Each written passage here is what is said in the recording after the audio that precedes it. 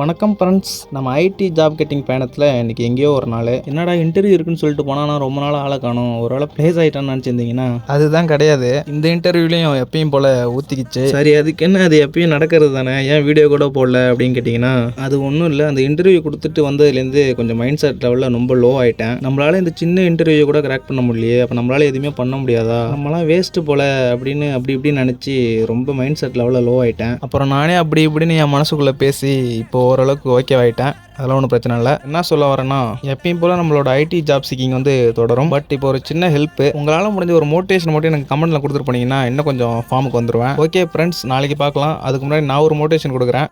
என்னன்னா, வாழ்க்கையில் நம்ம போட்ட கேல்குலேஷன்ஸ் ஒர்க் அவுட் ஆகலனாலும் வாழ்க்கை நமக்கு போடுற கேல்குலேஷன்ஸ் நமக்கு அது மேலேயும் ஒரு இடத்தை கொடுக்கும். அதனால எதாவது மிஸ் ஆச்சுன்னா மனம் தளர வேண்டாம். கிடைக்கும், கண்டிப்பா ஒரு நாள் கிடைக்கும்.